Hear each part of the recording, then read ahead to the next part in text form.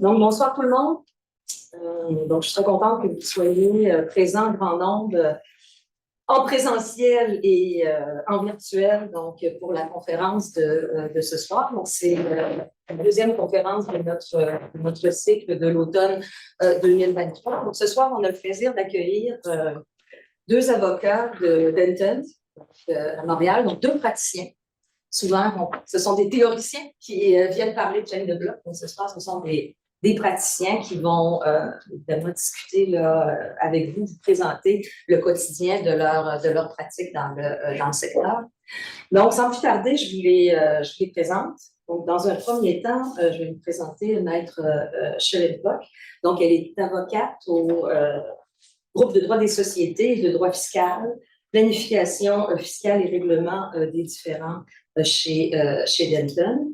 Donc, en plus d'avoir une pratique multidisciplinaire, donc elle travaille activement donc, en innovation dans les domaines reliés aux technologies innovantes et particulièrement dans le domaine des chaînes de l'eau. Donc, son collègue, M. Emmanuel Sala, il est avocat associé aussi chez Denton. Il est aussi, ça, je ne le savais pas, vous êtes comptable. Oui. Donc, c'est aussi un comptable, une formation complète pour nous parler de fiscalité, évidemment. Donc, lui, il travaille particulièrement donc, il représente donc, des contribuables à toutes les étapes des litiges fiscaux qui les opposent aux autorités gouvernementales. Donc, sans plus tarder, je vous laisse avec nos conférenciers. Donc, soyez les bienvenus. Oui, merci beaucoup de nous accueillir. Bonsoir tout le monde. Ça me fait plaisir d'être ici. Mais s'il y en a qui ont investi dans les cryptos il y a un an, ils doivent être contents aujourd'hui. Donc, le Bitcoin est passé de 15 000, 16 000 $ américains il y a un an à aujourd'hui, il a frappé 37 000.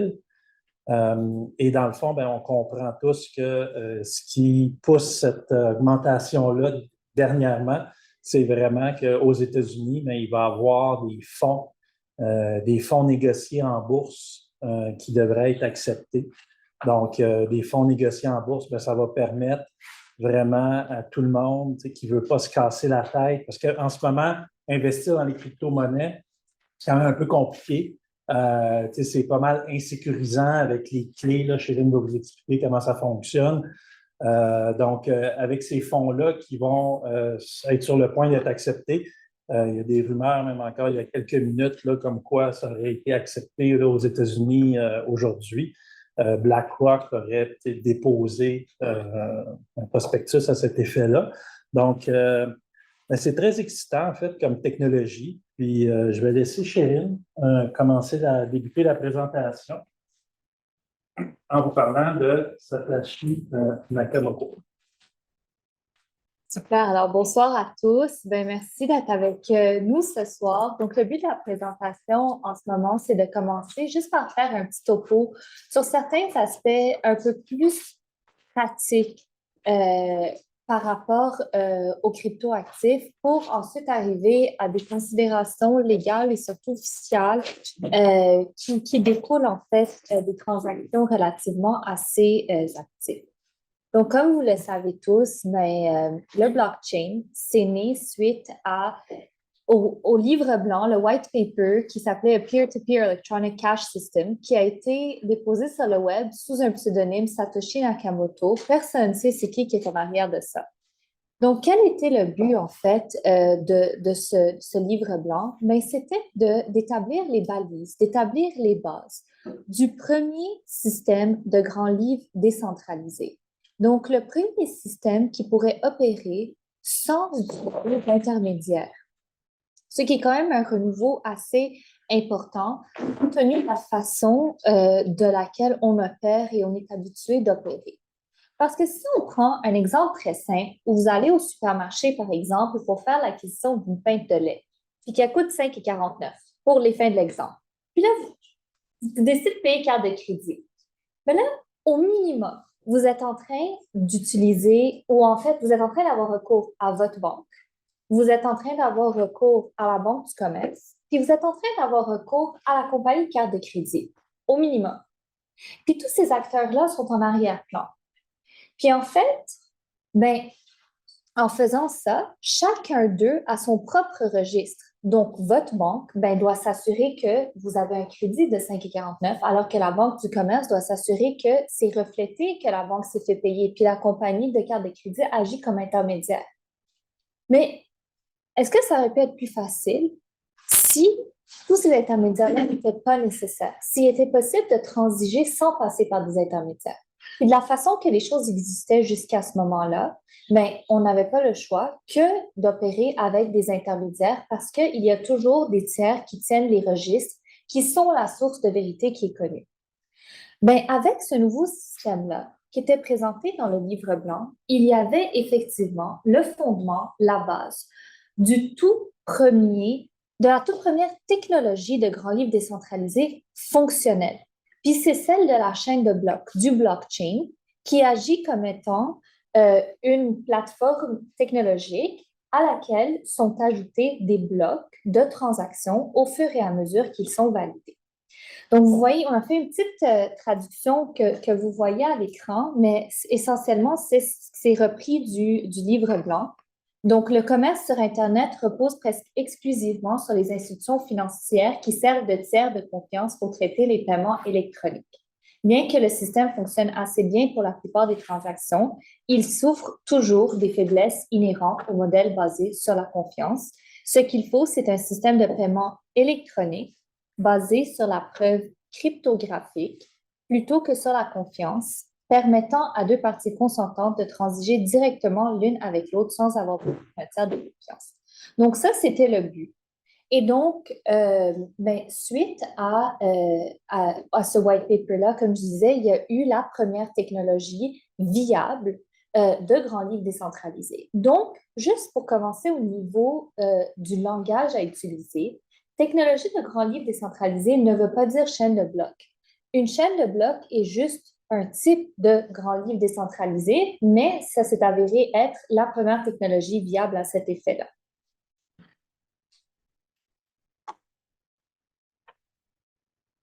Et donc, pour continuer un petit peu au niveau du jargon, donc on vient de voir technologie de grand livre décentralisé, chaîne de blocs. Et donc, sur la chaîne de blocs, ce qui est transigé, c'est des actifs virtuels. Puis des actifs virtuels, vous en utilisez tous les jours parce que c'est très, très large. Un actif virtuel, c'est un document PDF, c'est une photo, c'est n'importe quel élément que vous avez, mais sous forme virtuelle, technologique. Puis, dans les actifs virtuels, il y a les crypto-actifs. Puis là, je tiens à spécifier crypto-actifs parce que dans quelques secondes, je vais vous dire pourquoi on ne les appelle pas crypto-monnaies aujourd'hui dans notre présentation. Et donc, dans les crypto-actifs, là, il y a les crypto-jetons qu'on va regarder un petit peu plus en détail dans un instant. Donc, dans les crypto-actifs, il y a 3 types de jetons. Donc, vous voyez, ça reprend essentiellement une esquisse ici de ce qu'on avait sur la slide précédente. Donc, les actifs virtuels étant comme l'ombrelle principale, entre autres dans les actifs virtuels, comme on disait, photos et PDF. Et dans les actifs virtuels, il y a les crypto-actifs avec 3 types de jetons. Les jetons de paiement, c'est des jetons qui se veulent comme une méthode de paiement. Puis souvent, c'est ces jetons-là auxquels on va référer comme étant des crypto-monnaies. Puis, mais comme je vous disais, nous, on ne les appellera pas crypto-monnaies, on va vous dire pourquoi, mais c'est ça. C'est des jetons qui se veulent comme une méthode de paiement. Généralement, s'ils sont natifs à une technologie particulière, comme par exemple le Bitcoin pour le blockchain ou le Ether pour Ethereum, ils vont s'appeler des jetons natifs. Alors que si ce sont juste des jetons qui sont transigés sur une technologie existante, là, à ce moment-là, ils vont juste s'appeler jetons sans être un jeton natif à une technologie particulière. Ensuite, il y a des jetons utilitaires que vous avez de l'autre côté de la slide.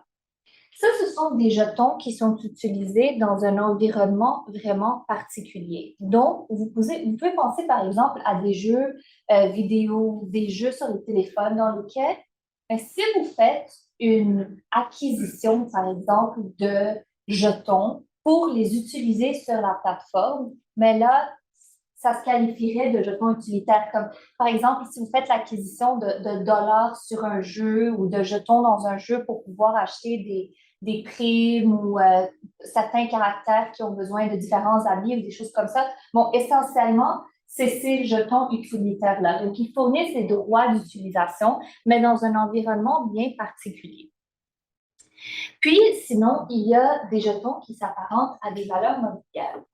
Et des jetons qui s'apparentent à des valeurs mobilières, ben, vous pouvez penser, par exemple, à des jetons qui vont vous donner un droit par rapport à un certain bien et qui vont ressembler un petit peu à des actions.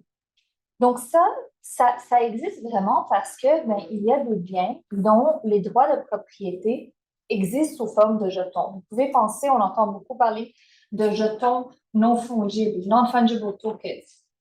Mais c'est quoi? C'est des droits de certains biens, mais qui sont reflétés à travers des jetons.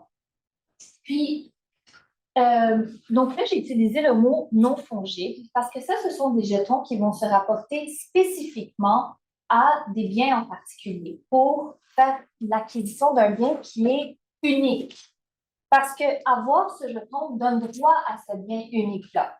Et fongible, parce que ces tokens-là, pour les biens particuliers, s'appellent non fongibles. Bien, fongible, c'est le contraire.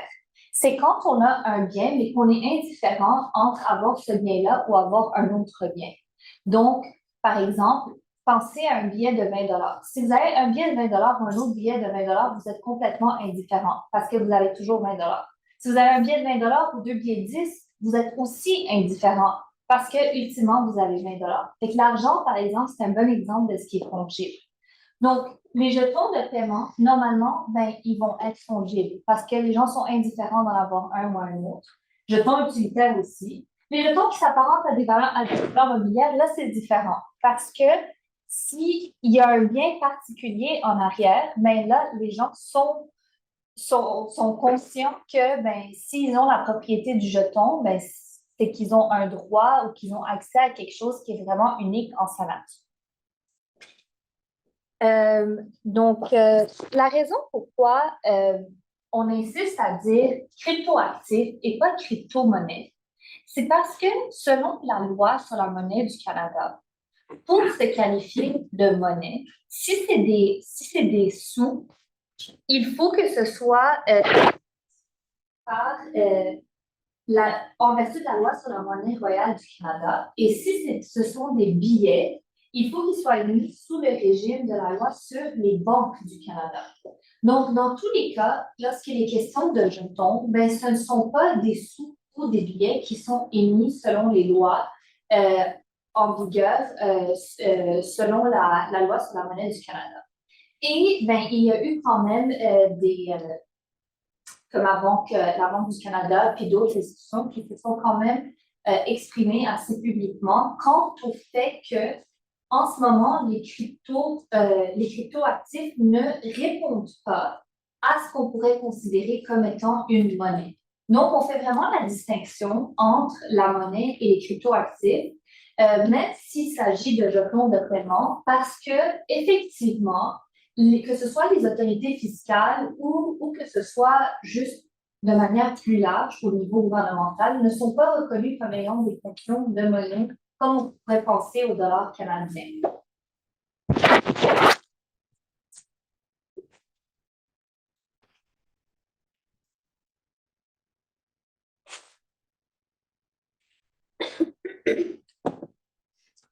Alors, pour les fins de l'exercice, on va regarder un petit peu comment se passe une transaction, par exemple, sur la plateforme de Bitcoin.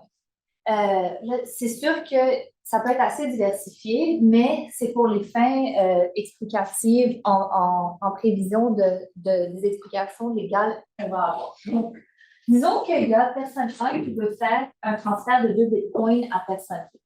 Mais personne A va avoir deux clés, une clé publique et une clé privée. Et le récipiendaire, personne B, va aussi avoir une clé publique et une clé privée. Puis vous pouvez penser à la clé publique comme étant une adresse de courriel. Et vous pouvez penser à la clé privée comme étant un mot de passe. Fait que dans le fond, si personne A veut faire le transfert à personne B, ben, personne A va faire l'envoi à la clé publique de personne B, puis va encrypter son transfert avec sa clé privée. Puis puisque ce transfert-là est envoyé à la clé publique de personne B, mais personne B pourra seulement récupérer ses fonds en utilisant sa clé privée qui va comme un peu déverrouiller le message.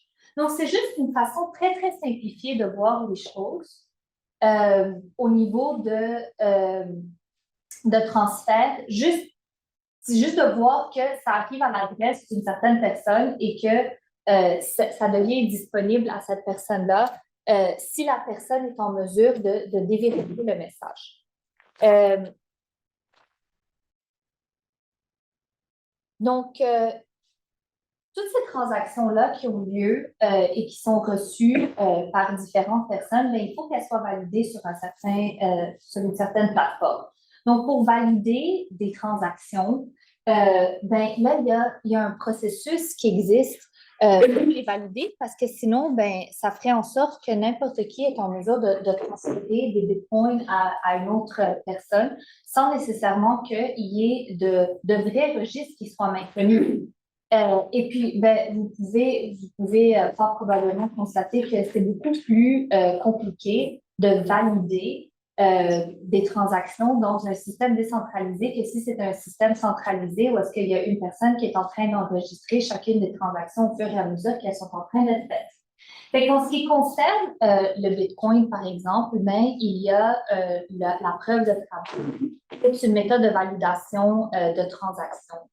À travers laquelle certains ordinateurs du système vont piger des transactions en attente de validation, puis chaque certain nombre de minutes, ben, vont piger certaines de ces transactions-là et devoir faire des calculs mathématiques assez complexes. Donc, ils vont demander beaucoup excusez-moi, là, le mot m'échappe en français, mais beaucoup de power au niveau des ordinateurs. Pour effectuer ces validations-là.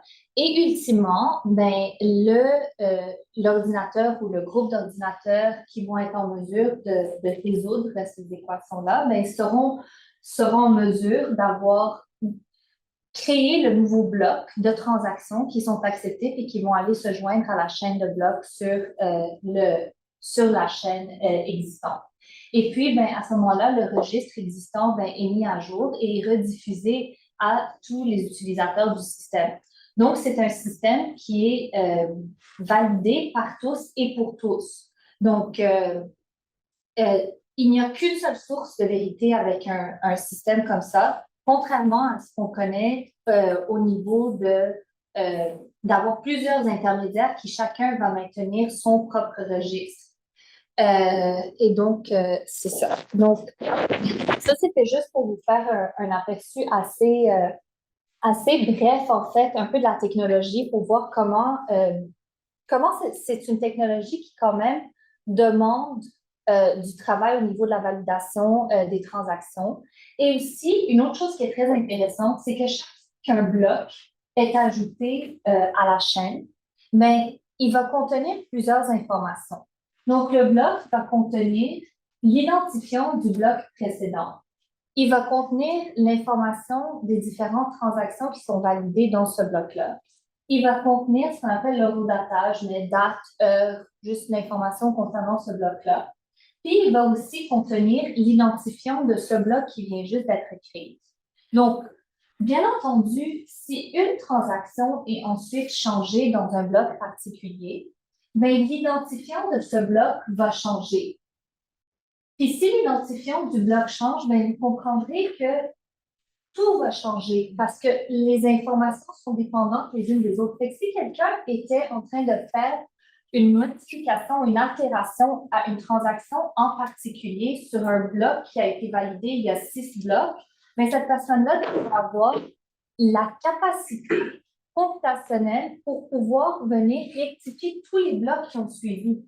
Puis, c'est pour ça que c'est quand même très sécuritaire comme système parce que ben, ça demanderait beaucoup trop de puissance pour venir être en mesure de faire un changement à un bloc passé puis qu'on ne s'en aperçoive pas dans le futur sur les blocs qui suivent. Donc, au niveau de ce qu'on pourrait, comment on pourrait caractériser en fait la technologie de la chaîne de blocs, c'est que c'est quand même assez transparent parce qu'on est capable de suivre le transfert des jetons. On est capable de voir qu'est-ce qui s'est passé à travers les différentes transactions qui sont approuvées sur la chaîne de blocs. L'immutabilité, ben, c'est le fait que c'est difficile et quasi impossible de venir faire un changement à un bloc précédent sans qu'on s'en aperçoive parce que, inévitablement, un changement va impacter tous les blocs qui vont suivre. Donc, c'est quand même immuable, excusez-moi, comme technologie. Et traçabilité, mais parce que ça permet, encore une fois, de faire le suivi des fonds. Bien entendu, transparence, traçabilité, ça ne veut pas dire nécessairement manque privacy, excusez-moi, c'est de sécurité ou de connaissance quant à la personne qui effectue la transaction. Mais c'est juste parce que, bien entendu, les personnes qui sont en train de transiger sont en train de transiger avec des cas. Mais c'est sûr que les autorités ou quelconque personne qui était vraiment désireuse de trouver qui était en arrière d'une transaction serait en mesure de le faire.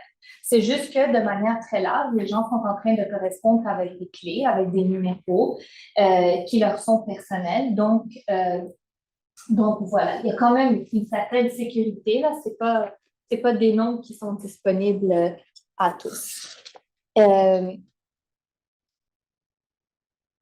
Et donc, c'est ça. Donc, la confiance dans la relation entre les parties prenantes, elle est très importante, mais en même temps, il y a des ordinateurs qui sont en train d'effectuer beaucoup de travail pour valider les transactions. Donc, il y a quand même beaucoup de puissance computationnelle en arrière.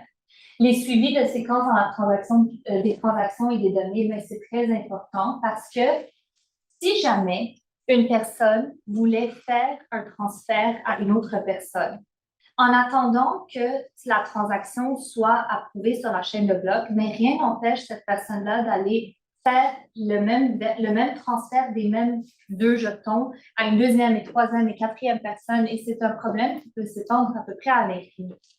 Donc, techniquement, mais pendant que les transactions sont en attente d'être approuvées, mais effectivement, ce problème-là peut exister. Mais à partir du moment qu'une transaction est approuvée sur la chaîne de blocs, mais ensuite, quand viendra le temps potentiellement de valider une autre transaction qui concernait ces 2 mêmes jetons, mais le système va pouvoir éliminer les transactions qui sont un problème, on appelle ça double send, mais de double dépense. Donc, le suivi de la séquence des transactions et des données, c'est quand même assez important parce que, s'il y a plusieurs transactions concernant les mêmes jetons, c'est juste la première qui va réellement passer. Et finalement, c'est de l'auto-vérification. Donc, c'est par les ordinateurs du système que sont vérifiées les informations pour tous, donc qui participent au système. Juste avant de céder la parole à mon collègue, je voulais juste parler rapidement au niveau des taxes à la consommation. Il y a des commerces qui acceptent les crypto-jetons. Puis, on pourrait penser que les transactions seraient différentes du fait que les commerces sont en train d'accepter ces crypto-jetons-là et donc si on fait l'acquisition d'une fourniture ou d'un service, que cette fourniture ou ce service-là ne serait pas assujetti aux taxes à la consommation normale, à la TPS TVQ qu'on paye régulièrement. Mais en fait, non. Revenu Québec, puis ça fait, je veux dire, c'est clair que ça doit être ça, mais Revenu Québec, là, peut moins et simplement déjà exprimer que même si une transaction, elle est faite et que le paiement, en fait, est effectué en utilisant des jetons, mais l'acquisition va faire l'objet de l'imposition de la TPS et de la TVQ. Donc, la personne va devoir payer et ça va être la TPS et la TVQ qui sont incluses. Merci Chérine. Puis en fait, pour continuer un peu sur ce que Chérin vous dit, on parle un petit peu de fiscalité maintenant. La fiscalité, il y a une notion que les contribuables oublient souvent. Il y a plusieurs contribuables qui pensent qu'en faisant du troc, on n'est pas vraiment assujetti à la fiscalité. Fait que si moi, j'échange un bien contre un autre, il n'y a pas vraiment d'échange d'argent, donc on n'a pas grand-chose à déclarer. Puis c'est le principe du troc, finalement. Mais en fiscalité, le principe du troc, si moi, je vous échange un bien contre un autre, bien moi, aux fins fiscales, j'ai disposé d'un bien. Donc, disposer d'un bien, une disposition pour les fins fiscales, qu'est-ce que ça implique? Bien, ça implique un gain. Le gain calculé comment? Bien, combien moi j'ai payé pour ce bien-là, puis au moment où je l'ai disposé, quelle était la valeur de ce bien-là. Fait que souvent, on pense que le troc n'est pas vraiment assujetti, mais aux règles fiscales, mais le troc est non seulement assujetti aux taxes de vente, comme Chérine vient de l'illustrer, mais également à l'impôt sur le revenu. Puis c'est ça, en fait, une des grosses problématiques avec les cryptoactifs qui varient en valeur. C'est que ne faut pas penser qu'à un moment donné, on va vraiment pouvoir et que ça va être viable d'acheter des biens avec du Bitcoin, acheter des biens avec une autre monnaie qui fluctue d'une minute à l'autre. Ce qui va être viable, ça va être de transiger, de faire l'acquisition de certains biens en utilisant ce qu'on appelle des jetons stables. Donc, puis ça, dans le fond, bien, toutes les banques centrales à travers le monde étudient les jetons stables depuis 2015-2016. Il n'y a pas grand monde qui en parle, mais même au Canada, il y avait le projet Jasper qui est en place depuis 2016. Puis les autorités gouvernementales là, se penchent sur les cryptoactifs depuis belle lurette, mais c'est vraiment avec ce genre de jetons-là, de monnaie, en fait, qui va pouvoir sûrement être qualifié de monnaie. En fait, ça va être une monnaie qui va être émise par les banques centrales. Donc, au lieu d'avoir un dollar canadien en papier ou sous forme quand on fait des transferts bancaires, on va vraiment avoir la monnaie numérique rattachée à la cryptographie, finalement. Puis ça, bien, ça va être assez exceptionnel parce que, en fait, aujourd'hui, transférer de l'argent en Angleterre, en France, des fois même à Toronto, si on veut transférer 100 000 à Toronto, mais des fois, ça peut prendre 2 jours avant qu'on ait une confirmation de transaction. Transférer en Europe, ça peut prendre 3, 4, 5 jours. Puis en fait, la problématique, c'est quoi? C'est que bien, l'argent, comme on la connaît aujourd'hui, elle ne voyage pas. L'argent ne voyage pas. Il ne faut pas penser que on envoie 10 000 en Angleterre. L'argent n'a pas voyagé. C'est les banques, entre elles, détiennent des sommes dans d'autres banques partout à travers le monde. Il y a tout un mécanisme de compensation. Fait que quand on fait des transferts, qu'on utilise par exemple SWIFT, vous avez sûrement déjà entendu parler, bien SWIFT, on ne transfère pas d'argent, c'est un système de messages. C'est un système de messages qui est envoyé à des banques, des correspondants d'une banque dans tel pays. Fait que tout ça fonctionne, mais ce n'est pas efficace. Il y a beaucoup, comme on dit en anglais, de friction dans ce genre de transactions. Souvent, ça va coûter très cher. Et les gens qui écopent, c'est qui? Bien, c'est les personnes qui sont dans des pays où ils n'ont pas accès à un système bancaire. Parce que ce n'est pas tout le monde qui a un compte de banque. Hein, à travers le monde, je ne sais plus c'est combien, sur peut-être 2 milliards de personnes ou 3 milliards de personnes qui ont des comptes de banque, mais tous les autres, on les appelle les unbanked. Ils n'ont pas de compte bancaire. Donc, ces gens-là, c'est ces gens-là qui sont pénalisés. Et toute la cryptographie, le blockchain, tout ça, bien, ça va permettre, en fait, à toutes ces personnes-là qui n'ont pas accès au compte de banque, entre autres, il y a beaucoup d'utilités, mais l'utilité que je trouve la plus intéressante, ou celle que je connais le mieux, c'est vraiment par rapport à l'argent, au transfert des fonds, au transfert de valeur. On a l'Internet depuis 1990, fin des années 80. Ben, l'Internet, c'est un système d'échange d'informations. C'est un moyen de faire circuler de l'information. On envoie un courriel, on peut l'envoyer en Australie, il va être reçu dans les secondes.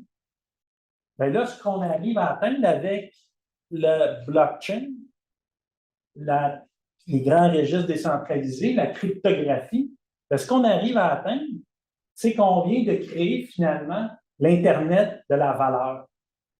On est capable de transiger, de transférer de la valeur. On est capable d'envoyer 100 millions de dollars de façon instantanément à une personne à l'autre bout de la Terre qui va vraiment le recevoir et ça va être sécurisé.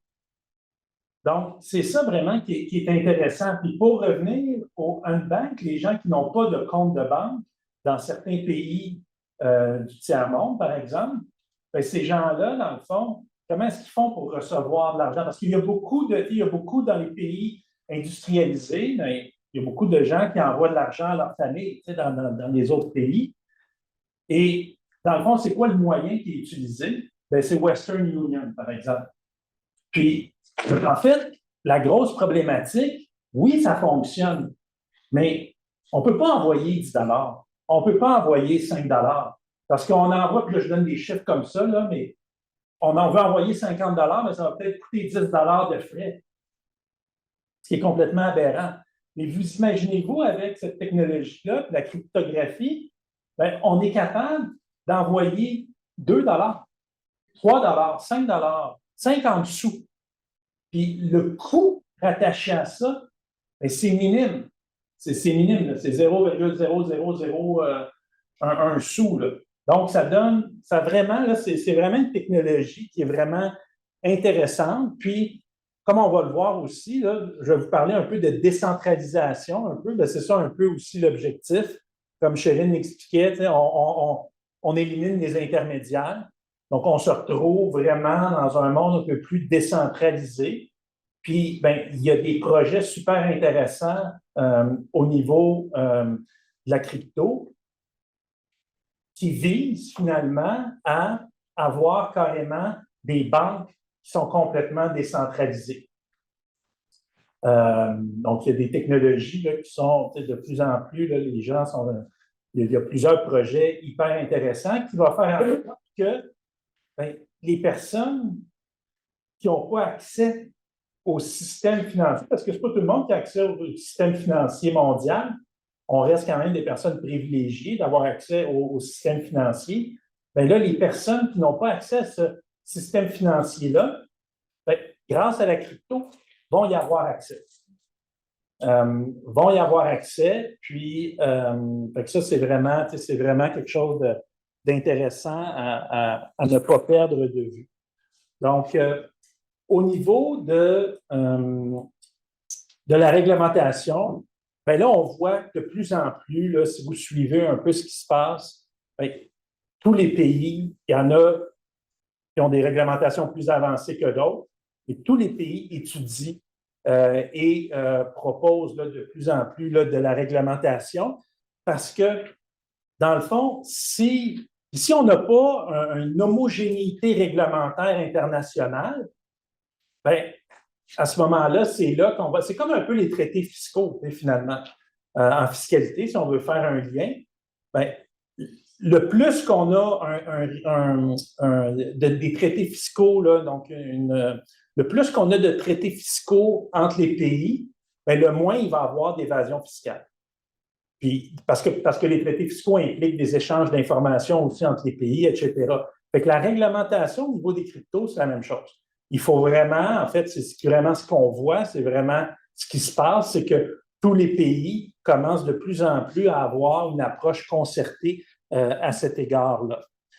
Puis on voit, en fait, la problématique avec le manque d'homogénéité, c'est que des fois, vous voyez des plateformes de crypto-monnaies, des plateformes d'échange qui quittent le Canada. Comme Binance, par exemple, a quitté le Canada dernièrement. Ils ont Pourquoi? En raison de la réglementation, en raison des exigences de donner beaucoup d'informations sur les clients. Fait que le manque d'homogénéité permet à ces plateformes d'échange-là de changer de juridiction. Fait qu'à partir du moment où, d'ici quelques années, on va vraiment avoir une homogénéité internationale à ce niveau-là, bien là, dans le fond, tout le monde va être obligé de se conformer. Donc, je reviens encore un peu par rapport à la finance décentralisée. En ce moment, oui, on parle beaucoup de décentralisation, mais il reste que pour transiger de la crypto-monnaie, essentiellement, il faut quand même aller sur des plateformes, comme vous avez vu FTX, par exemple, là, avec ce qui s'est passé avec FTX, qui c'était une fraude monumentale. On n'a pas le choix trop d'utiliser ces plateformes-là, qui finalement, ces plateformes-là sont en elles-mêmes sont centralisées finalement, parce qu'elles sont contrôlées par des humains. Fait que tout ce qui est contrôlé par des humains, c'est là où on peut avoir de la fraude. Tandis que quand on va réussir à avoir vraiment un système décentralisé basé sur la cryptographie, dans le fond, l'intervention humaine n'aura plus sa place. Donc, normalement, on peut espérer à ce qu'il y ait moins de fraude. Puis, il y a plusieurs plateformes maintenant qui sont vraiment, pas plusieurs, il y en a quelques-unes qui commencent à être vraiment des plateformes complètement décentralisées, complètement gérées par la technologie du blockchain, où les gens peuvent commencer à transiger. Ça va éviter justement des scandales comme ce qui s'est passé avec FTX là, récemment. Donc, la cryptographie, oui, c'est une solution au problème de la fraude dans les systèmes de paiement centralisés. Il ne peut pas vraiment avoir de transactions non autorisées. Finalement, les détournements de fonds sont impossibles. Puis, dans le fond, ça permet de lutter contre le blanchiment d'argent. Puis, c'est sûr qu'en ce moment, parce que c'est une technologie qui est j'ai le mot en anglais, disruptive, là, de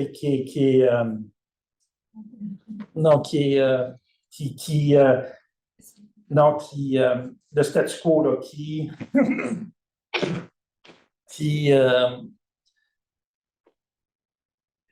le mot m'échappe, là, mais c'est encore, vous me comprenez, là, ce que je veux dire, c'est que ça défait le statu quo. Je ne sais pas pourquoi je n'ai pas le bon mot. Mais donc, c'est une technologie qui est très.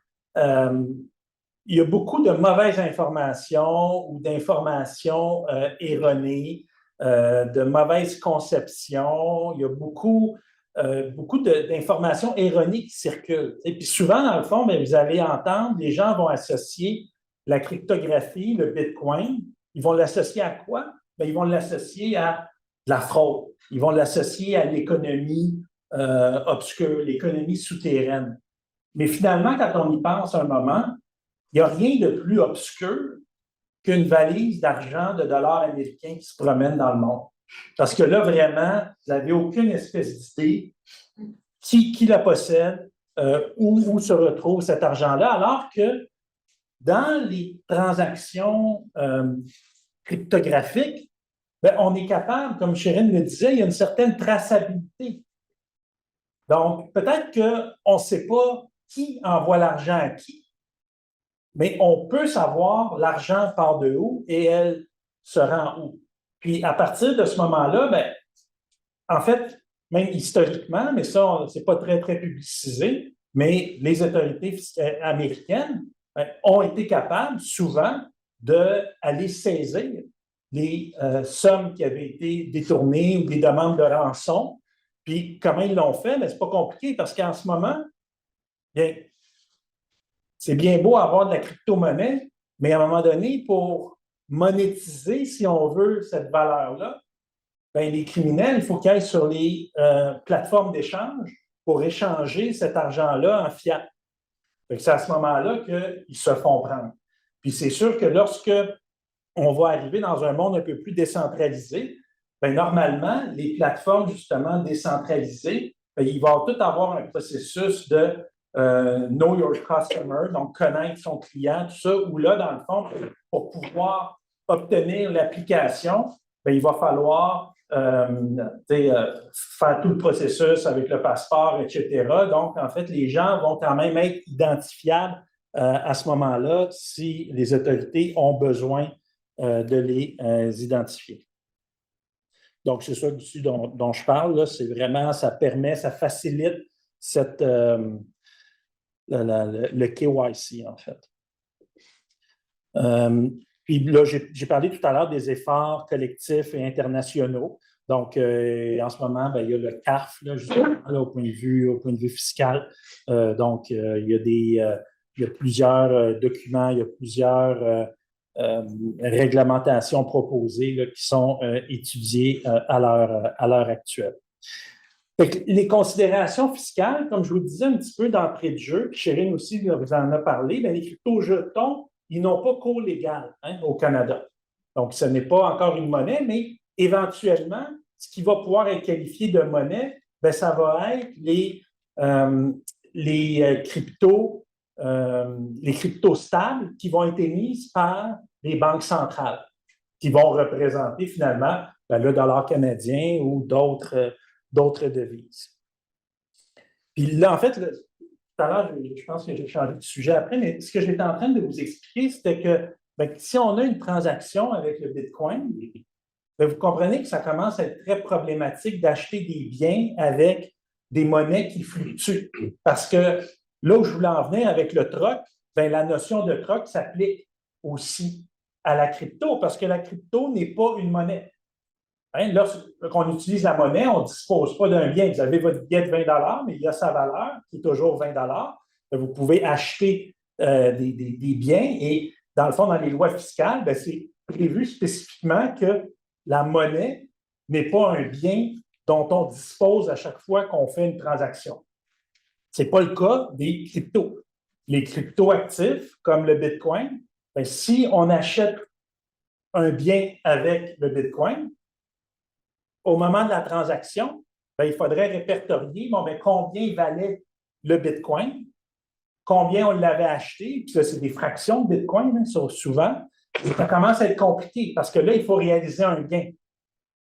Puis là, après, on va voir aussi, on va se poser la question, on va se dire, oui, mais ce gain-là, il est qualifié comment? Parce qu'au niveau fiscal, il y a différents types de gains. Il y a un gain qui peut être considéré comme du revenu d'entreprise, qui va être imposé à 100 %. Il y a le gain que vous connaissez tous, qui peut être le gain en capital, qui est imposé à 50 %. Puis après, il y a le gain, ça peut être le résultat purement un investissement pur et simple, où là aussi, ça va être imposé à 100 %. Au niveau de la loi fiscale, ça c'est simplement un petit aparté, c'est que comme vous le savez, la loi fiscale, c'est probablement la loi qui évolue le plus. C'est la loi où il y a le plus de modifications législatives. Ce n'est pas comme, par exemple, le Code civil, par exemple. Le Code civil, il a été modifié en 1994. Depuis ce temps-là, je ne suis pas sûr qu'il y a eu beaucoup de changements. Mais la loi fiscale est modifiée à chaque 6 mois. À chaque 8 mois, il y a des nouvelles législations proposées, etc. Puis, en matière de crypto, il n'y a pas encore, au niveau de l'impôt sur le revenu, en tout cas, il n'y a pas eu encore de modification. Donc là, en ce moment, il y a plusieurs questions qui se posent. Comme par exemple, est-ce que la crypto, c'est un bien aux fins fiscales? Pourquoi? Parce que dans la loi fiscale, on a une définition de bien. Puis, au fil du temps, le législateur, à chaque fois qu'il y avait des nouvelles technologies ou quoi que ce soit, mais le législateur a toujours venu modifier des définitions. Puis, quand on applique une loi fiscale, il faut toujours se demander, c'est quoi l'intention du législateur? Fait que pour des technologies qui sont innovantes, comme ça, qui sont nouvelles, si la définition, par exemple, de bien, dans mon exemple, n'a jamais subi de modification depuis les 15 dernières années, mais comment est-ce qu'on peut, d'un point de vue purement juridique, là, argumenter que le législateur, lorsque ces dispositions-là ont été mises en vigueur, il avait l'intention, parce qu'en droit, on veut toujours chercher l'intention du législateur quand on interprète les dispositions. C'est clair et net que le législateur ne pouvait pas avoir l'intention de prévoir que la définition de bien telle qu'elle est prévue dans la loi visait une technologie, des biens qui n'existent pas finalement, des actifs qui n'existent pas. Fait que ça, un peu, c'est un peu une avocasserie, là, si on veut, là, parce que c'est sûr qu'on ne va pas conseiller aux clients de considérer la crypto comme n'étant pas un bien, parce que là, ce ne serait pas assujetti à l'impôt. Vous comprenez? C'est simplement des discussions intéressantes sur lesquelles on fait des conférences, mais normalement, le législateur devrait venir modifier la loi de l'impôt pour prévoir clairement que tout ce qui est cryptoactif, ça rentre dans la définition de bien. Donc, la nature du revenu, ça, j'en ai parlé. Donc, comme je vous disais, bien, si vous achetez un Bitcoin, si vous transigez tous les jours, vous achetez du Bitcoin, vous le vendez, vous achetez Ethereum, vous achetez toutes sortes de cryptos, puis vous faites ça tous les jours, puis vous vous informez aussi tous les jours, vous lisez beaucoup sur le sujet, tout ça, bien là, bien, aux fins fiscales, vous allez être considéré finalement comme avoir une entreprise. Parce que la notion d'entreprise, contrairement, souvent on entend les gens dire « mon entreprise a acheté ci, j'ai fait ci, mon entreprise a fait ça ». Non, non. L'entreprise, ce n'est pas une entité juridique, ce n'est pas une personne morale. Ce qui est une personne morale, c'est la société. La société par action qui exploite l'entreprise. Ça, c'est une personne morale comme une personne physique, donc qui peut conclure des contrats, qui peut faire des choses. L'entreprise en elle-même, c'est quelque chose qui est exploité. Donc là où je veux en venir, c'est que bien, même si vous êtes des particuliers, aux fins fiscales, vous allez être considérés comme exploiter une entreprise. Okay? C'est juste que vous êtes une personne physique qui exploite une entreprise. Ça peut être une personne morale, une société par action qui exploite une entreprise, mais aux fins fiscales, dès l'instant où vous êtes un peu organisé, bien, vous pouvez être considéré dans ce cas-là comme exploiter une entreprise. Puis c'est un peu, par exemple, si on prend un exemple là, un peu plus terre à terre ou un peu plus avec lequel vous êtes tous habitués, bien, ce qu'on appelle les day-to-day traders à la bourse. Et les gens qui, tous les jours, vont transiger sur le marché boursier, bien, ces gens-là ne devraient pas déclarer tous leurs gains comme étant du gain en capital imposable à 50 %. Ce qui génère, ces personnes-là, c'est vraiment un revenu d'entreprise qui est imposé à 100 %. Fait que les mêmes principes, les mêmes notions s'appliquent aux fins de la crypto, aux fins des cryptoactifs. Donc, il faut se poser la première question, est-ce que quand je transige ma crypto-monnaie, est-ce que je suis vraiment organisé? Est-ce que je connais vraiment ça? Est-ce que je le fais souvent de façon récurrente? Là, s'il y en a ici qui investissent dans la crypto-monnaie, bon, comme moi, bien, c'est sûr qu'on regarde souvent notre téléphone.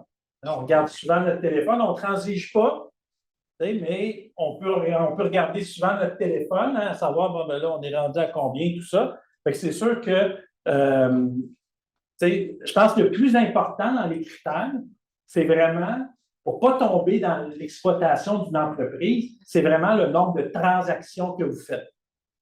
Si vous faites des transactions là, récurrentes, répétitives, bien là, sûrement, vous tombez dans l'entreprise. Puis le test, dans le fond, c'est qu'il faut, pour pouvoir tomber dans du gain en capital, puis ça, c'est bon pas juste pour la crypto, c'est bon pour n'importe quoi. C'est pas, peut-être que là, je vais vous étonner, mais si vous achetez un immeuble et que vous le revendez à profit, bien, peut-être que ça ne sera pas du gain en capital. La question à se poser, c'est quand vous avez acheté l'immeuble, quelle était votre intention? Si vous aviez l'intention de le revendre, puis de le revendre rapidement dans les prochaines années, bien, techniquement, bien, vous tombez à l'extérieur de ce qu'on considère, de ce qui est considéré comme étant du gain en capital. C'est la même chose pour la crypto-monnaie. Si vous avez acheté la crypto-monnaie il y a 3 ans, puis cette crypto-monnaie-là que vous avez achetée, vous ne l'avez pas vendue, achetée, ben, il y a des bonnes chances, ben, il n'y a pas des bonnes chances. Je peux vous dire avec certitude que ça, c'est vraiment comme un investissement à la bourse que vous feriez avec des actions. Mais il faut avoir cette intention-là de longévité. Et si vous transigez beaucoup achat-vente, et que vous vous faites vérifier, parce que là, vous êtes rendu à générer des gros montants, bien, ça risque d'être difficile pour vous là, de justifier un gain en capital. Puis, un particulier peut avoir une entreprise, comme je l'ai décrit, d'achat-vente de crypto, mais également, il pourrait avoir certaines cryptos que la personne achète pour le long terme. Ça, c'est ma position, mais il n'y a pas de raison de penser que dès l'instant où on achète puis on vend des cryptos, on ne peut pas non plus avoir un traitement de gain en capital pour d'autres cryptos qu'on a achetés pendant il y a 5 ans et qu'on va encore garder pendant 10 ans. Mais ça, c'est peut-être les autorités fiscales vont peut-être trouver ça discutable. Puis, en fait, le bon exemple de ça, ce serait les mineurs. Donc, ceux qui s'occupent là, de valider les transactions, ils se font payer en Bitcoin. Donc, eux, c'est sûr qu'ils ont une entreprise. Donc, ce qu'ils reçoivent en Bitcoin, bien, ça, c'est du revenu d'entreprise. Mais le même individu pourrait avoir un investissement en crypto-monnaie qui ne serait pas considéré comme du revenu d'entreprise. Donc, on a cette notion-là d'entreprise qui demande quand même une certaine organisation, mais même si vous n'avez pas cette certaine organisation-là, vous pouvez quand même tomber dans l'inclusion à 100% de vos gains. Lorsque, dans le fond, votre activité se qualifie comme étant une aventure ou une affaire à caractère commercial.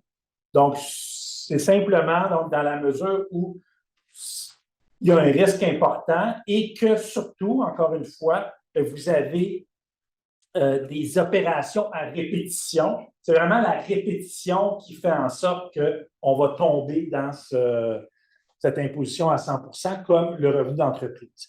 Sinon, si c'est purement et simplement du gain capital, un investissement, en fait, bien, ça va avoir un traitement de gain capital où là, vous allez être imposé seulement à 50%. Donc, ça, ben, c'est pas mal ce que je viens d'expliquer. Puis là, après, bien, c'est vraiment quand même laborieux comme domaine. Lorsque, par exemple, vous commencez à faire ce qu'on appelle des activités de stacking. Le stacking, qu'est-ce que c'est dans le fond? Bien, c'est que vous prenez des cryptos, puis vous pouvez les immobiliser dans un contrat intelligent où là, dans le fond, vous ne pouvez pas les sortir tout de suite. Si vous voulez sortir ces cryptos-là, bon, bien, il faut attendre 24 heures, 48 heures. Il y a certaines petites contraintes. Mais pendant que ces cryptos-là sont immobilisés dans un contrat intelligent, bien, vous recevez des nouvelles cryptos en plus. Fait que ça, c'est comme un peu un intérêt que vous recevez dans les systèmes décentralisés. Fait que ça, dans le fond, normalement, bien, ça doit être considéré comme le serait du revenu d'intérêt, donc imposable à 100%. Mais le problème, quel est-il? Puis c'est ça que sûrement que les lois fiscales vont venir un peu alléger la tâche, parce que imaginez-vous pour le contribuable le travail qui doit être fait. Puis pourquoi je dis le travail qui doit être fait? Parce que si je vous donne un exemple, vous immobilisez de la crypto pour recevoir du stacking. Bien, premièrement, si vous pouvez immobiliser, vous pouvez immobiliser 5 $ de valeur de crypto. Vous pouvez utiliser 100 millions, 100 000 $ si vous voulez même. La crypto que vous recevez, bien, souvent, vous allez la recevoir en vertu de ce programme de stacking-là à chaque minute, à chaque 10 minutes, des fois peut-être même à chaque 2 minutes, où là, bien, là vous en recevez. C'est infime, là, c'est des petits. Mais là, normalement, bien, aux fins fiscales, comme les lois ne sont pas adaptées, bien, il faudrait, si on veut y aller, là, si on veut dire on va appliquer la loi là, vraiment de façon très technique, bien, il faudrait à chaque fois, à chaque 5 minutes, d'avoir un registre et dire, ah ben, quand j'ai reçu cette fraction de crypto, mais la crypto se transigeait à ce moment précis-là à 50 cents. Donc là, on fait le calcul, puis là, on met dans une feuille Excel, ah, mais voici le montant que j'ai reçu sur lequel je dois m'imposer. Mais le problème, c'est que la volatilité est tellement incroyable que dans une journée, ben, le prix, à chaque minute, il risque d'être différent.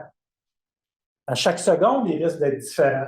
Fait que ça, c'est un enjeu vraiment important qui, normalement, devrait être réglé par les autorités fiscales. Puis c'est sûr, il y a plein de façons par les autorités fiscales. En fait, le législateur, il y aurait plein de façons de régler ce genre de problème-là. On pourrait se dire, par exemple, bon, ben, c'est tant que la crypto n'est pas vendue, ben, on ne réalise pas, on n'a pas à déclarer le gain. On pourrait se dire, ben, sur une année complète, quel est le prix moyen de la crypto? Puis là, ben, on a le nombre d'unités qu'on a reçues. Bon, ben voilà, on va s'imposer sur ce prix moyen-là. Mais ça, ce n'est pas prévu en ce moment, fait que c'est sûr que ça peut donner des casse-têtes aux contribuables. Après, il y a les airdrops. Les airdrops, c'est que souvent, en fait, les cryptos vont être distribués à ceux qui en ont déjà. Parce que aussi, ce qu'il faut penser, c'est que les gens qui partent les projets, qui démarrent les projets comme ça, il faut qu'ils fassent très attention de ne pas distribuer de la crypto et recevoir des sommes. Parce que là, on tombe un peu dans le secteur des valeurs mobilières, parce qu'ils lèvent du financement pour leur projet. Là, il y a des causes, même encore en ce moment, la cause de Ripple aux États-Unis. Bon, ils ont quand même gagné beaucoup de points là, jusqu'à maintenant. Ils ont eu beaucoup de succès. Ce n'est pas encore terminé. Mais c'était ça aussi l'enjeu, c'est qu'il y a eu du financement, finalement, qui a été fait en créant des cryptos et qui ont été achetés par des investisseurs. Donc, le airdrop, dans le fond, c'est que vous avez déjà une crypto, par exemple Ethereum, puis là, il y a un nouveau projet qui veut être lancé. Et là, dans le fond, pour disséminer les cryptos dans le marché, ils vont dire, bon, ben, tous les détenteurs de Ethereum, vous allez recevoir, pour chaque Ethereum que vous allez recevoir tant de cette nouvelle crypto-là. Fait que ça aussi, d'un point de vue fiscal, c'est un enjeu. Donc, c'est ça. Fait que il n'y a rien qui est prévu dans la loi pour ça. Donc, comment est-ce qu'on doit qualifier ce genre de revenus-là? Parce que ça reste des revenus dans la mesure où il y a une certaine valeur rattachée à ces cryptos-là qui sont distribués. Monnaie numérique, les banques centrales, on en a parlé. Dites-vous là, que ça s'en vient, ça s'en vient. Puis le Canada, même s'il y a des politiciens qui disent qu'on est loin de ça, là, non, c'est vraiment, c'est au coin de la rue, comme on dit. Puis ils n'ont pas le choix, ils n'ont pas le choix. Tous les pays n'ont pas le choix. Il y a plusieurs pays qui sont très avancés dans ce domaine-là là, de réglementation. Donc, les autres devront suivre. Étonnamment, les États-Unis, c'est un des pays qui a avancé le moins rapidement dans ce domaine-là. Mais comme je vous le disais, aujourd'hui, là, dans le fond, très prochainement, ou si ce n'est pas déjà fait, bien là, on va avoir les fonds négociés en bourse aux États-Unis, où là, dans le fond, bien, n'importe qui va pouvoir facilement avoir une exposition à cette nouvelle, finalement, catégorie d'actifs financiers en investissant dans un fonds négocié en bourse. Et en investissant dans un fonds négocié en bourse, il va y avoir plusieurs avantages. Notamment, bien, ça va être admissible, par exemple, au REER. Puis c'est vraiment pour le commun des mortels, c'est très simple, en fait. Parce que là, vous avez votre courtier, tout ça, qui, lui, va pouvoir investir dans les fonds. Puis là, il va avoir des fonds Bitcoin, des fonds Ethereum, où ces fonds-là, dans le fond, eux vont acheter la crypto et vont la stocker. Donc, ça va être très simple. Donc, à partir de ce moment-là, là, c'est vraiment pour ça que depuis les dernières semaines, le Bitcoin, l'Ethereum aussi, qui a dépassé 2000 $ américains aujourd'hui, ont pris énormément de valeur parce qu'il y a des gros joueurs comme BlackRock, qui a combien, lui, de 17 milliards l'application qu'ils ont fait auprès de les autorités valeurs mobilières américaines. C'était pour justement des fonds négociés en bourse là, pour le Bitcoin, par exemple, pour une valeur de 17 milliards. Fait qu'imaginez-vous quand cet argent-là va rentrer dans le marché. C'est pour ça qu'il y a beaucoup de personnes qui parlent que le prix devrait continuer à exploser. Et là, ben, c'est ça. Donc, ben, c'est terminé. Écoutez, juste à temps. Merci.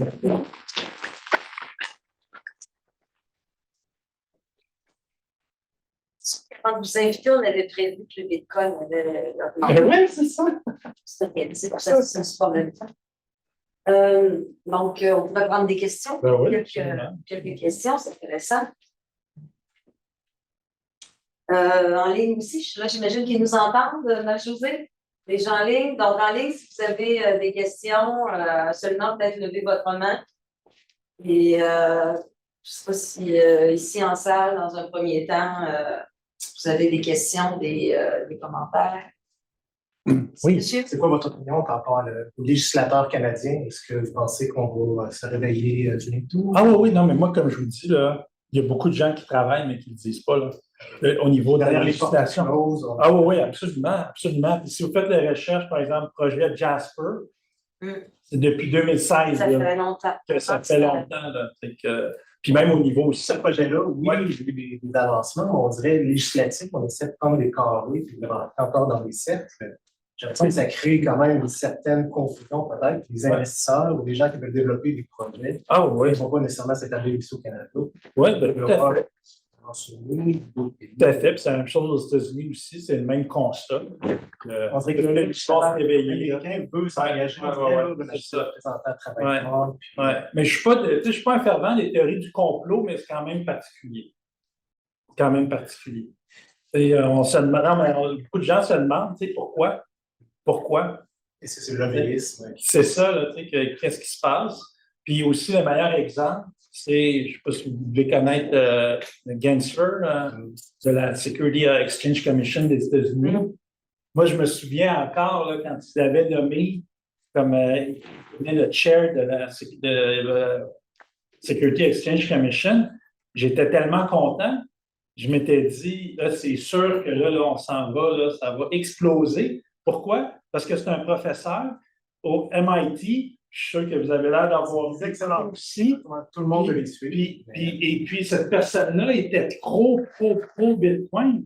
Et tout ce qu'il a dit depuis les 10 dernières années sur le sujet, ben là, en tant que chair de la Security Exchange Commission, c'est pas un peu différent. C'est complètement un autre discours. C'est ça qui amène quand même, c'est quand même particulier qu'on en soit rendu là, mais inévitablement, là, ça va. Dans ses cours, il disait toujours 50-50. Il disait peut-être que oui, peut-être que non. Ouais. Et là, on pense qu'il a penché de l'autre côté. Là. Non, mais plein de choses comme par exemple les fonds négociés en bourse américains. Moi, j'ai vu des vidéos où cette personne-là disait que ça faisait aucun sens qu'on n'avait pas des fonds négociés en bourse au comptant, alors qu'il y en a aux États-Unis qui existent avec des contrats à terme. Mais ça crée encore plus de volatilité. Puis là, mais écoute, jusqu'à récemment, il y avait beaucoup de réticence du côté de la SEC à autoriser les fonds négociés en bourse au comptant aussi. Donc, on va voir ce qui va se passer, mais c'est inévitable. Mais encore une fois, c'est amusant. Je regardais aussi des vidéos de début 1990 avec Bill Gates, tout ça. Tout le monde riait de lui. Là. Dès à la fin des années 80, là, tout le monde, là, les talk shows américains l'invitaient, puis ils se moquaient de lui. Puis ils disaient, ah oui, c'est quoi l'Internet? C'est avec des Bitterman. C'est ça. Puis, je pense, moi, je compare ça. Puis je me souviens, moi encore, là, j'étais plus jeune, là, au début de la fin des années 80. Tout le monde disait, non, l'Internet, là, non, ça fonctionnera pas. Puis encore, c'était comme un peu la même chose aussi. Hein? C'était l'Internet, c'était les criminels qui utilisaient l'Internet. Ah, c'était ça vraiment... encore, les gens nous parlent de sécurité. C'est bon ce que vous avez mentionné tout à l'heure. Ouais. Moi, je dis toujours, c'est extrêmement sécuritaire. Ouais. Le consommateur pense encore que ce n'est pas sécuritaire en raison Peut-être ma dernière question. Par rapport à votre profession d'avocat, est-ce que vous pensez que les avocats vont devenir des C'est intéressant. développeurs de contrats intelligents? Ah, bien, en ce moment, oui, il y en a beaucoup qui regardent ça, tout à fait. Puis, on se fait souvent dire, ben, vous allez être au chômage. Mais tu sais, avec aussi ChatGPT, puis là, la nouvelle application d'Elon Musk aussi, tout ça, là, il y a beaucoup d'évolutions. Pensez-vous que votre profession va prendre ce virage-là? Ah non, on n'a pas le choix. Ah ouais, on n'a pas le choix. Il faut. Faut s'adapter, ben oui. Il y en a beaucoup. En fait, je ne sais pas si en pratique vous le constatez. Ouais. Est-ce qu'à Montréal, par exemple, avez-vous l'impression, puisqu'à Toronto, c'est une chose, à Montréal, avez-vous l'impression que ça bouge beaucoup dans le milieu juridique, là, en lien avec. On travaille beaucoup dans ce domaine-là. Ah oui. Non, puis nous, on a un groupe mondial ici, là, parce qu'on est un grand bureau d'avocats, on est vraiment très bien établi partout à travers le monde. Puis on a notre groupe de blockchain. C'est vraiment important, parce que c'est vrai que la façon de pratiquer le droit va être complètement différente. Ah ouais. Parler de l'intelligence artificielle. Ça, c'est l'intelligence artificielle. Autre commentaire? Oui, monsieur. Oui, je voulais rebondir par rapport à cette question, la première question. Il faut savoir quelle est la position du groupe canadienne sur les questions de plutôt actifs et autres. Je pense que l'intervention est bien donnée. Et lorsque vous allez sur le site des marchés publics ici, du Canada, je pense que c'est classé dans la partie des autorisés au Canada, les plateformes qui sont non autorisées et les plateformes dangereuses sur lesquelles il ne faut jamais aller. Et je pense que l'autorité canadienne est dans cette posture où on attend un taux donné que la population aille vers les futurs actifs, qu'on puisse prendre ça comme une monnaie désormais purement numérique, comme ce qui se passe actuellement en Europe avec la Banque centrale de l'Union européenne. Donc, c'est par rapport à l'adhésion de la population canadienne aux futurs actifs qu'on pourra ériger ça comme une monnaie numérique à l'avenir. Les autorités sont, je te le dis pour les étudiants, les autorités des valeurs mobilières sont par province, là, au niveau canadien, donc on faisait référence au Québec. J'aurais pu vous demander, peut-être pour l'auditoire, je ne sais pas si tout le monde, de faire la différence entre, vous parliez des monnaies numériques des banques centrales versus les jetons stables. Oui. Est-ce que vous... Je pense que oui, les monnaies numériques des banques centrales, ça va être des monnaies cryptographiques qui vont être émises par les banques centrales, qui vont être des jetons stables. Hein? Puis après, on risque d'avoir aussi des jetons stables qui vont être... il existe déjà des jetons stables. Là, on a le USDT, par exemple, où là, dans le fond, c'est des jetons dont la valeur est garantie par des fiat, donc des monnaies fiat. Donc, une seule monnaie, ça peut être le dollar américain ou un panier de monnaies où là, dans le fond, les jetons ne devraient pas varier de valeur. Donc, ça va vraiment être ces jetons-là, selon moi, qui vont pouvoir être utilisés dans les transactions parce que sinon, comme je vous le disais, tous les autres jetons, ça va pouvoir être utilisé pour investissement ou, donc... Comme il y a déjà eu des problèmes avec un jeton stable, là, vous savez, une affaire. Est-ce que vous pensez que c'est, quand on regarde les deux, là, le problème, c'est que partout où il va y avoir de la centralisation, il va y avoir l'implication humaine, bien, tous ces problèmes-là risquent d'arriver. Hein, comme avec la plateforme FTX. Tu sais, FTX, là, moi, je me souviens, là, je suis sûr que ceux qui connaissent ça, là, on l'écoutait, là, on le regardait. Le gourou. Le gourou là, qui était là, qui roulait dans sa Toyota, puis qui disait, moi, je veux donner mon argent, je suis un bon samaritain. Pour être vrai. Robot pour être vrai, c'est ça. Fait que, Question, commentaire? Oui, madame. Le système de fiscalité canadien est basé sur l'autocotisation, l'autodéclaration. Votre mineur qui reçoit ses 2 bitcoins, vous lui suggérez quoi? À la fin de l'année, il convertit ce que ça aurait valu, puis il s'impose lui-même, puis il se fait ses propres retenus à la source? Oui, bien c'est ça. Ben, c'est difficile de conseiller. Hein. C'est difficile mais c'est exactement ça la problématique. Fait que oui, on a des suggestions, mais... Ça ressemble à quoi, vos suggestions? Ben, c'est parce que, tu sais, la vraie réponse juridique, ce serait à chaque fois que tu reçois un bitcoin, ben, tu regardes la valeur, puis c'est ça qu'il faut déclarer. C'est ça ton revenu. Mais on n'a pas eu d'échange encore avec les autorités fiscales. à ce niveau-là. J'ose croire qu'à l'heure actuelle, un vérificateur, puis ou les agents d'opposition, peu importe, au niveau des autorités fiscales, prendrait une approche raisonnable à cet égard-là, parce que sinon, c'est sûr que c'est très problématique. Il doit y avoir des logiciels qui doivent, je pense qu'au Canada, je ne sais pas s'il y en a, là, qui calculent tout ça à la minute, à la seconde près. Là, Ça dépend à quel point les mineurs sont sophistiqués. C'est pour ça que je donnais l'exemple d'un particulier qui fait simplement investir, puis qui, par exemple, qui va faire le stacking. Ça, c'est vraiment un bon exemple. Là, je veux dire, dans sa journée de 24 heures, il a peut-être reçu 1000 cryptos à différents moments de la journée, des fractions de cryptos, donc c'est sûr que ça devient extrêmement difficile à suivre. Oui. Mais admettons, comme quand tu investis, tu fais un investissement, admettons, en bourse, oui, tu fais du profit, mais c'est une supposition de profit jusqu'à ce que tu le vendes, puis c'est pas aussi le perdre. Exact. Si je ne vends pas ma crypto, mais je fais du stacking, admettons, oui, le stacking, est-ce que c'est réellement un revenu jusqu'à ce que je le vende ou pas? C'est ça.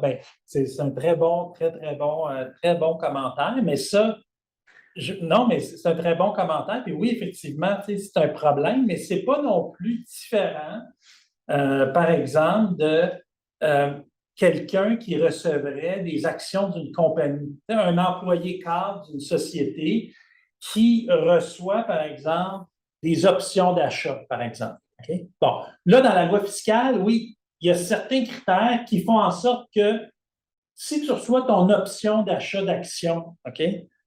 Donc, la compagnie te donne l'option d'acheter une action. Si le prix, ton prix d'exercice pour acheter l'action sous-jacente, elle correspond à la juste valeur marchande la journée où tu l'as reçue, il n'y a pas d'impact fiscal. Okay? Mais ça, c'est prévu dans la loi, tout ça. Si par contre, tu reçois une action, c'est pas une option, c'est une action, l'action, elle a de la valeur, bien, même si tu ne la vends pas tout de suite, tes prix à déclarer, c'est ce qu'on appelle un avantage. C'est un avantage imposable. Tes prix à déclarer, ça. Il n'y a pas de mécanisme dans la loi qui te permet de dire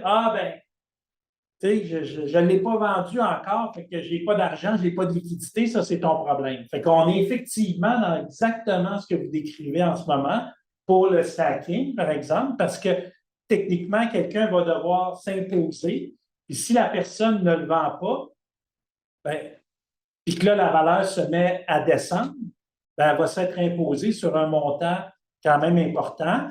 Là, c'est sûr qu'à ce moment-là, si la valeur descend, quand la personne va le vendre, elle va pouvoir avoir une perte. Parce que quand même, en toute logique, si vous recevez une monnaie via le stacking, puis donc, on va prendre un exemple, la monnaie la valeur, c'est 1 $, ce que vous recevez. Là, vous devez payer de l'impôt sur 1 $, mais votre coût fiscal, à vous, il est 1 $. Fait que si par la suite, ça perd de la valeur, quand vous le vendez, là, vous allez avoir une perte fiscale. Mais là, en tout cas, il y a plusieurs autres enjeux, mais effectivement, non, c'est un bon commentaire. C'est vraiment le genre de truc qui devrait être réglé normalement là, dans les années futures. Ça va? Je vous remercie beaucoup. C'était vraiment très intéressant.